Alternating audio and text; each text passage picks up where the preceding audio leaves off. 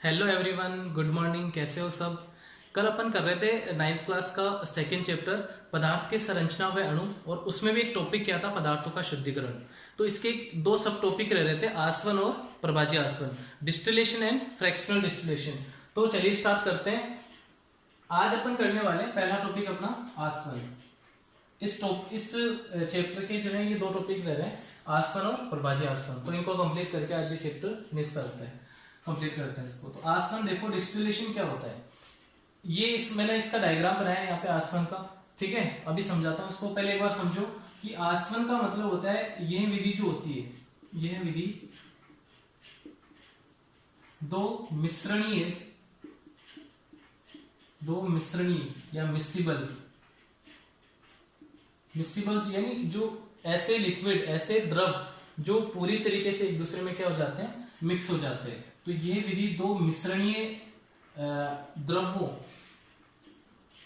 को अलग करने की विधि है। ठीक है, इतना याद रख लोगे। सेकेंड पॉइंट आप लिखोगे कि इसमें दोनों द्रवों के क्वथनांकों के बीच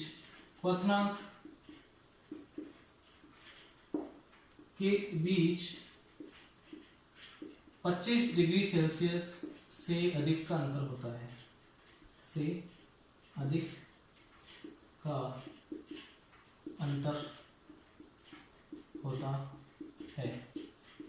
समझो इसको कि यह विधि क्या है, दो ऐसे द्रवों को अलग करने की विधि है, यानी जो एक दूसरे में अच्छे से मिक्स हो जाते हैं और उनके क्वथनांक जो होते हैं, बॉइलिंग पॉइंट आपको पता है, मैंने पढ़ाया था। बॉइलिंग पॉइंट का मतलब होता है कि वह तापमान जिस पर कोई द्रव जो है गैस में परिवर्तित हो जाता है, वाष्प में बदल जाता है, तो उसको अपन क्या बोलते हैं, बॉइलिंग पॉइंट। यानी उनके बॉइलिंग पॉइंट में कितना अंतर होना चाहिए, 25 डिग्री सेल्सियस का। तो जैसे कि अगर एक लिक्विड है, एक द्रव है, कि मान लो एक का जो है बॉइलिंग पॉइंट कितना है, 50 है, और दूसरे का कितना है, 120 डिग्री सेल्सियस है। तो इस तरीके से अगर उनका डिफरेंस अपन देखें तो कितना हो रहा है, लगभग 70 डिग्री सेल्सियस के आसपास हो रहा है। ठीक है, तो अगर 25 डिग्री से ज्यादा हो उनके बॉइलिंग पॉइंट का अंतर, तो अपन कौन सी विधि अपनाते हैं, आसवन या डिस्टिलेशन। ठीक है, तो ये विधि आपको याद रखनी है, इंपॉर्टेंट है, बहुत ज्यादा इंपॉर्टेंट है। कि इसके अगर एग्जांपल की बात करें अपन, तो एग्जांपल जैसे ये ले सकते हैं अपन, एसीटोन और जल का मिश्रण, एसीटोन और जल का मिश्रण। अब जल जो है, इसका तो बॉइलिंग पॉइंट कितना होता है, 1000 डिग्री सेल्सियस, और इसका लगभग होता है 56 डिग्री सेल्सियस के आसपास, है ना।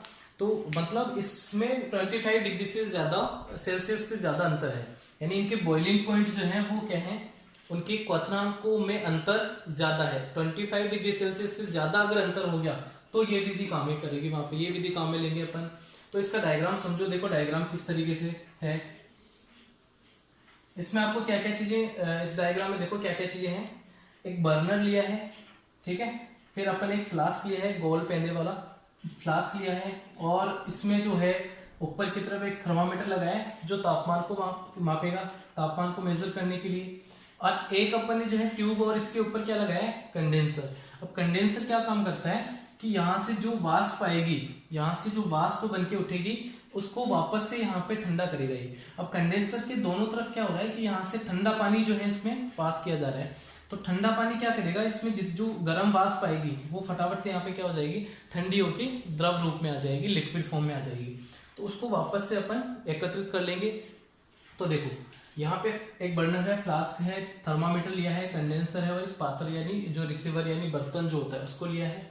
ये तो इसका आपको डायग्राम बनाना है क्लियरली। 2-3 पॉइंट लिखने हैं कि यह विधि क्या, ये विधि किन द्रवों जो एक दूसरे में क्या हो जाते हैं, मिक्स, यानी एक दूसरे में दोनों द्रव मिक्स हो जाते हैं पूरी तरीके से, उनको अलग करने की विधि है, जिनमें उनके क्वथनांकों का अंतर कितना होना चाहिए, 25 डिग्री सेल्सियस से ज्यादा होना चाहिए।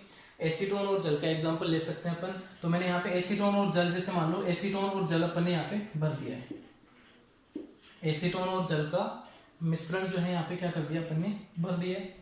जैसे ही अपन इसको गर्म करेंगे तो इसमें क्या आएगी, ये उबलना शुरू हो जाएगा, ठीक है, बॉईल होना शुरू हो जाएगा। तो यहाँ पे जिसका क्वथनांक कम होगा यानी एसीटोन, एसीटोन का क्या है, क्वथनांक कम है, तो इसकी क्या होगी, वेपर बनना यहाँ से शुरू हो जाएगी या वाष्प बनना शुरू हो जाएगी। तो इसकी एसीटोन जो है वो वाष्प के रूप में यहाँ से आना शुरू हो गया। और यहाँ आते आते क्या हो गया कि इसके दोनों तरफ बहुत ज्यादा ठंडा पानी है, यहाँ पे ठंडा वातावरण है, तो उसकी वजह से ये क्या हो जाता है, द्रव में परिवर्तित होके कहाँ जाता है, ये उस पात्र में एकत्रित हो जाता है। यानी जितना भी एसीटोन यहाँ से जो है इसमें उपस्थित है वो सारा वाष्प के रूप में बदल के इसको अपन क्या कर देते हैं, अलग कर लेते हैं, सेपरेट कर लेते हैं, और यहाँ क्या बच जाता है, जल। तो इस तरीके से जो है दो मिश्रणीय द्रवों को शुद्ध करने की विधि है आसवन। इतना क्लियर होगा, ठीक है बच्चों। तो ये सिंपल है, इतना ज्यादा हार्ड नहीं है। अब अपन आगे करने वाले हैं प्रभाजी आसवन, फ्रैक्शनल डिस्टिलेशन। तो अपन पढ़ चुके हैं पदार्थों के शुद्धिकरण की 5 विधियां। पहली अपन ने पढ़ी थी निस्यंदन, दूसरी उदर्वपातन, तीसरी जो है अपन ने पढ़ी थी क्रिस्टलीकरण, फिर अपन ने पढ़ा विभेदी निष्कर्षण, और आज अपन ने अभी भी पढ़ी थी आसवन, ठीक है, सिंपल डिस्टिलेशन जिसको बोलते हैं। और अब अपन पढ़ने वाले हैं प्रभाजी आसवन। तो प्रभाजी आसवन में और आसवन में क्या अंतर है वो भी पढ़ने वाले हैं। तो देखो इसका मैंने डायग्राम बना रखा है, अब इसको डिस्कस करेंगे। उससे पहले आप जो है एक पॉइंट याद रखना कि इस विधि में दो मिश्रणीय द्रवों को अलग करते हैं। ऐसे द्रव जो पूरी तरीके से एक दूसरे में क्या हो जाते हैं, मिक्स हो जाते हैं, उनको अलग करते हैं। लेकिन एक कंडीशन याद रखनी है कि डिस्टिलेशन और फ्रैक्शनल डिस्टिलेशन, आसवन और प्रभाजी आसवन दोनों में अंतर ये होता है कि वहां पे जो द्रव ले रहे थे अपन, उनके क्वथनांकों के बीच का अंतर 25 डिग्री सेल्सियस से ज्यादा होता है, यहाँ पे 25 डिग्री सेल्सियस से कम होना चाहिए, तभी ये प्रभाजी आसवन विधि काम करेगी। तो अपन क्या करेंगे, जैसे उदाहरण अगर बात करें, पेट्रोलियम को जो है प्रभाजी आसवन विधि द्वारा अलग किया जाता है।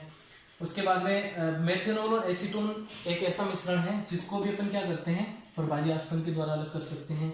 मेथेनॉल का 65 डिग्री सेल्सियस क्या होता है, क्वथनांक होता है, एसीटोन का 56 डिग्री सेल्सियस के आसपास होता है। यानी दोनों के बीच का अंतर देखें तो अंतर कितना है, 9 डिग्री सेल्सियस। यानी अपन इसको उपयोग में ले सकते हैं यहाँ पे। तो मैंने यहाँ पे एसीटोन और मेथेनॉल को भर दिया है, उसका मिश्रण यहाँ पे क्या कर दिया है, भर दिया है। अब मैं क्या करूंगा यहाँ पे कि अगर इसकी बात करें अपन डायग्राम की, तो डायग्राम में देखो क्या क्या है, बर्नर है, फ्लास्क लिया है, एक अलग लिया है सिंपल डिस्टिलेशन में, और यहाँ पे क्या है अंतर, प्रभाजी स्तंभ लिया है अपन ने, प्रभाजी स्तंभ अलग काम में लिया है, सिंपल डिस्टिलेशन में ये नहीं था। तो प्रभाजी कॉलम जो है वो लिया है अपन ने, एक थर्मामीटर तापमान मापने के लिए लिया है। संघनित्र या कंडेंसर क्या करता है, यहाँ से ठंडा पानी प्रवाहित करते हैं अपन, तो जो वाष्प है वो क्या हो जाती है, ठंडी होकर लिक्विड फॉर्म में आ जाती है, उसको अपन यहाँ पे एकत्रित कर लेते हैं। अब इसका प्रक्रम देखो क्या होता है, जैसे एसीटोन और मैंने यहाँ पे क्या कर दिया, मेथेनॉल, उसको गर्म किया। दोनों के जो क्वथनांक है उनके बीच का अंतर क्या है, 9 डिग्री सेल्सियस, यानी कम है, बहुत कम है, 25 डिग्री सेल्सियस से तो बहुत कम है। दोनों की वेपर्स, दोनों की वाष्प जो है साथ बनेगी। अब प्रभाजी आसवन क्या कर देता है, उन दोनों को अलग कर देता है। किस तरीके से, प्रभाजी आसवन में क्या होता है कि जिसका क्वथनांक कम था, एसीटोन कम है, ठीक है, तो इसकी वाष्प तो ऊपर रहेगी, और मेथेनॉल की भी वाष्प तो साथ ही बन जाएगी, लेकिन वो नीचे रहेगी। तो उससे क्या होगा कि जो एसीटोन है उसकी वाष्प एक तो उस पर दाब लगाएगी, और इसके अंदर जो है इस तरीके से जिगजैग जो बन रखे हैं चेम्बर्स वगैरह, वो क्या करते हैं, जब ये मेथेनॉल इसके कांटेक्ट में आएगा तो उसकी वाष्प तो वापस नीचे ही गिर जाएगी, वापस फ्लास्क में।